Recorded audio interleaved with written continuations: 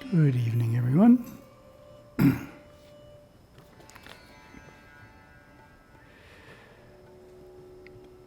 Starting with an introduction, Gurudeva's description of Mahasivaratri.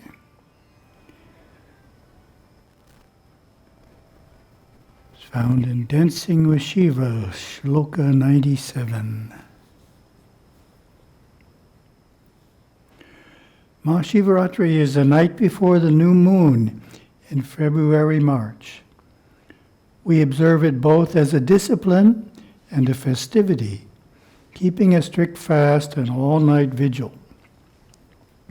Meditating, intoning Shiva's 1008 names, singing his praise, chanting Sri Rudram, bathing the Shiva Linga and being near the Vairagis as they strive to realize Parashiva. We have a second definition, which is almost the same. It's in our lexicon.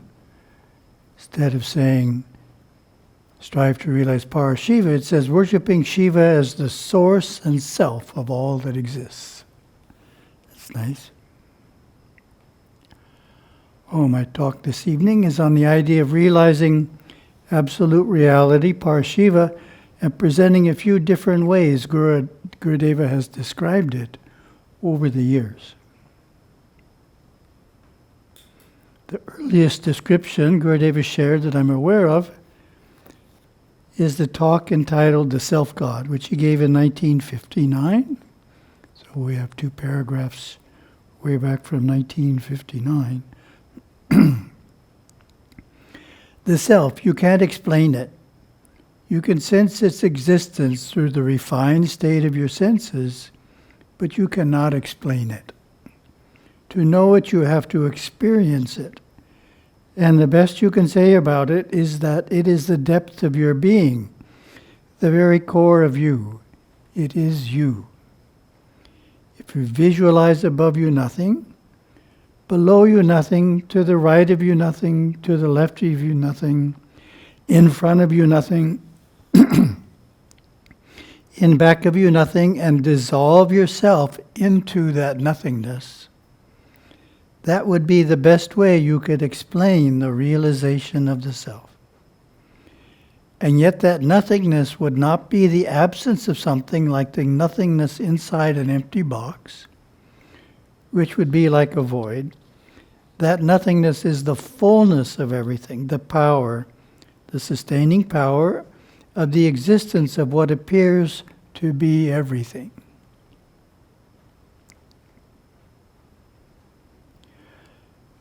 I thought the key terminology in this statement was interesting, which is dissolve yourself into that nothingness. Many years later, when Gurudeva developed the Shum concepts, in Shum we have Im Kaif, which is defined as pure awareness, aware only of itself, dissolving. No continuity there. Concept of dissolving is in both. What changed is in the self-God, it is dissolving yourself. Whereas in the Shum definition, it is dissolving awareness. In other words, Gurudeva in developing Shum started stressing the terminology of awareness, which he did not use in the early years. Then we get a very powerful one, the Advaitin, June 1968.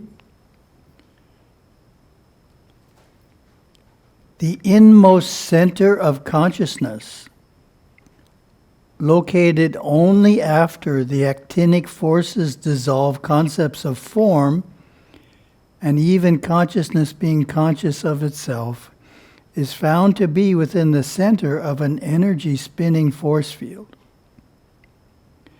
This center, intense in its existence, consciousness only on the perimeter of the inside hub of this energy field, vitalizes all external form. Losing consciousness into the center of this energy field catalyzes one beyond form, time, and space. the spinning hub of actinic energy, recreating, preserving, and dissipating form, quickly establishes consciousness again. However, this is then a new consciousness, the continuity of consciousness having been broken in the Nirvikalpa Samadhi experience. Essentially, the first total conscious break in the evolution of man is the first Nirvikalpa Samadhi experience. Hence, a new evolution begins anew after each such experience.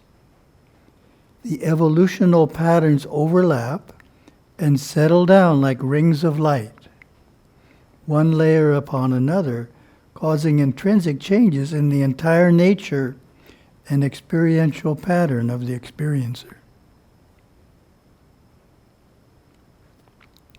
So what Gurudeva doesn't say is the energy spinning force field is of course located at the top of the head. So I want to comment on the first part. The inmost center of consciousness, located only after the actinic forces dissolve concepts of form, and even consciousness being conscious of itself, is found to be within the center of an energy spinning force field. So my comment is, initially, we need to give up awareness identifying with any state of consciousness. Once stable in that, then we need to give up our identity as awareness. That's what it's trying to say.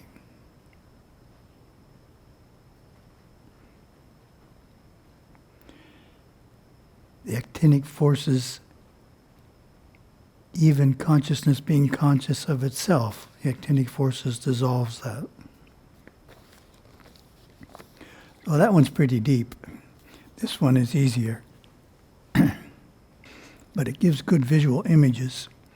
The self is so simple. You have to be so simple to realize the self.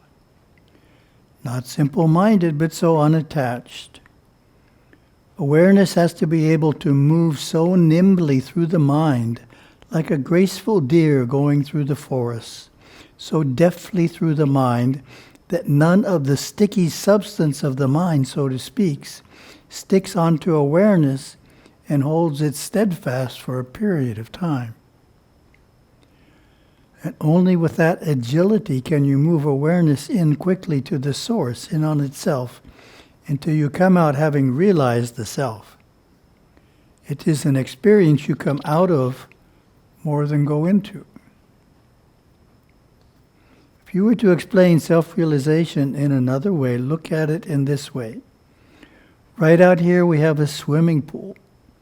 Beneath the surface of the water, we will call that the self. The surface of the water, just the surface of it, we will call that the depths of contemplation, that pure consciousness.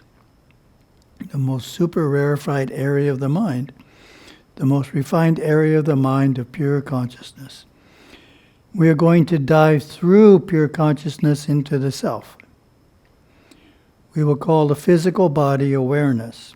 It's a body of light, and it's going to dive into the self, into the depths of samadhi. But to do that, it has to break the surface, has to break pure consciousness. So then we make a preparation, attention.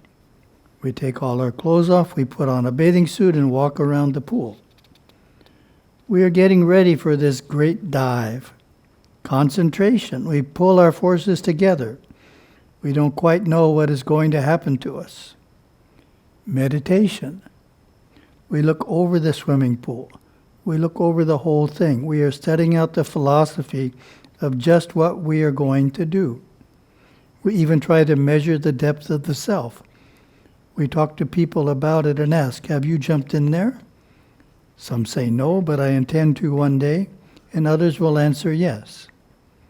Well, can you tell me something about it? They say no. Then you go into contemplation. You just stand there, and you are completely aware of just standing there, right on the brink of the Absolute. And you are standing so much conscious that you're there. You are just aware of being aware. And then you laugh, and then you jump in. As your hands and head go into the water, they disappear. As the body breaks the surface, it disappears. As the legs go in, they disappear. And we are all looking at the surface of the swimming pool and don't see you there anymore. You just disappeared. The whole body. As you come out of that samadhi, first the hands and the head come up and begin to appear again. Then the chest, then the entire torso. Then as you climb out from the pool, the legs reappear. And finally the feet appear again. You are just the same as you were before. But you are all clean on the inside. Awareness has a new center. The center is way down in the bottom of there, some place that you can't even talk about. You have realized when you come out that you have realized the self. Before you went in, you knew all sorts of things about it. You could quote 1,000 different things about the self. You knew so much. And when you come out, you don't know anything about it at all. You know you have had a tremendous experience. You have had an inner bath. Then you go back into just enjoying the experience, contemplation. Then you begin to meditate, coming out again on the experience. And there is a vastness in you that awareness can no longer penetrate. It's a tremendous vastness. You just can't penetrate it anymore. You go in and in and in, and then all of a sudden you realize that you have realized the self again. And you go in and in and in, and then all of a sudden you realize that you have realized the self again. And everything is different. You look at the world from the inside out. You look at people from the inside out. You look at a person and immediately you see how they came along through life. You look at their face and you see what their mother looks like. You see what they were like when they were 10 years old, 14, 20, 25 years old, and now they are 30. And at the same time, you are seeing what they are going to look like when they are 40 years old, and so forth. You see the whole sequence all now. Then you really know, after that deep samadhi, that the mind in all phases of manifestation was all finished long ago. It's already complete. Before that, you tried to believe in that concept. And it's a vast concept to believe in, because at certain times, when awareness is flowing in the external areas of the mind, it certainly doesn't look that way at all. Our perspective is limited. Oh, my comment on all of that. Then as you climb out from the pool, the legs reappear and finally the feet appear again. You are just the same as you were before, but you are all clean on the inside. Awareness has a new center. That's the point I wanted to emphasize. The center is way down in the bottom of there, some place that you can't even talk about. So it's the feeling that awareness has a new center that Gurudev is stressing there. This one's 1984. Lesson 1, merging with Shiva. Parashiva, life's ultimate goal. That goal is to realize God Shiva in his absolute or transcendent state, which when realized is your own ultimate state. Timeless, formless, spaceless truth. That truth lies beyond the thinking mind, beyond the feeling nature, beyond action or any movement of the vrittis, the waves of the mind. Being seeing this truth and gives the correct perspective, brings the external realities into perspective. They are seen as true unrealities, yet not discarded as such. This intimate experience must be experienced while in the physical body. One comes back and back again into flesh simply to realize Parashiva. Nothing more. Yet the self, or Parashiva, is an experience only after it has been experienced. Yet it is not an experience at all, but the only possible non-experience, which registers in its aftermath upon the mind of man. Prior to that, it is a goal. After realization, one thing is lost. the desire for the self.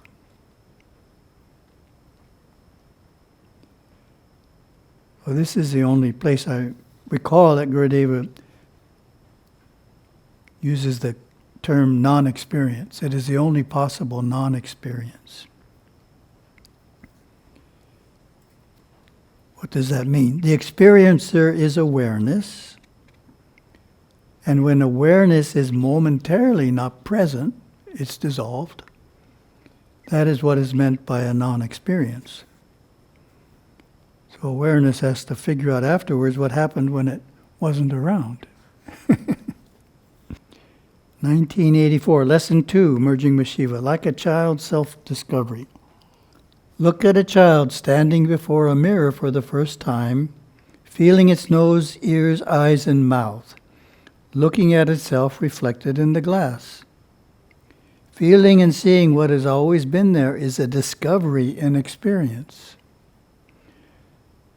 Parashiva is the same. It is always there in each and every human being on the planet. But involvement in the externalities of material existence inhibits this turning inward. The clouding of the mirror of the mind, that reflective pond of awareness which when calm sees clearly, or the ripples of disturbance on the mind's surface distort seeing and confuse understanding. Without a clear mirror, the child lacks the seeing of what has always been there, its own face. Parashiva is an experience that can be likened to the hand feeling and the eye seeing one's own face for the first time. But it is not experience of one thing discovering another. As in the discovery of one's face, it is the self experiencing itself. Experience, experienced, and experiencer are one and the same. This is why it is only registered on the external mind in retrospect. So again, we have the idea of knowing what happened only after it happened. Then we get our Shum approach, October Mamsani, 1970s sometime. This is Makaif. Shum word, definition of 1, the philosophy of the inner path of enlightenment found within the vocabulary and structure of the Shum language. So philosophy. 2, Shum and Chav delineate the inner path to the absolute reality, Parashiva. 3, the collage, Makaif, opens the area of the mind that makes the Shum language easy to learn by drawing forth insights from the superconscious. And then the October Mamsani gives it in Shum script, Makaif, Kaif, Yi Kaif, Im Kaif. So this is the short version. There's a longer version that was in our talk earlier this evening from Gurudeva. This is the shortened version, which you have to have a shortened version to fit in the Mamsani. It's not a very big space. And we have Gurudeva's comment on this in the Mamsani. Here we have the straight path, the Sanmarga, which has been brought to earth on the garden island of Kauai. Sanmarga, the straight path to God, has been named the Sanmarga Sanctuary. In this sanctuary, each one expresses his or her truth as seen at that particular place on the path of Sanmarga. The path to Im Kaif, the realization of eternal Parashiva. Im Kaif is not the name of the ultimate state. It names the eradication of the name which names the brink of the absolute, of the ultimate state. Because in the Shum language, Im means no, Im Kaif means no awareness, aware of itself. Elimination of, the perpetuation of, and is the fulfillment of everything. The very nature of the construction of this most important word in the language tells us that which is absolute reality cannot bear a name. Im Kaif is an intense state of I Kaif when awareness withdraws all energies from all bodies into a peak experience. Awareness's elimination of itself. The experience of Im Kaif may be brief. Im Kaif is where time stops. Im Kaif does not name what is found from the experience, it only names the entrance and what happens to Kaif.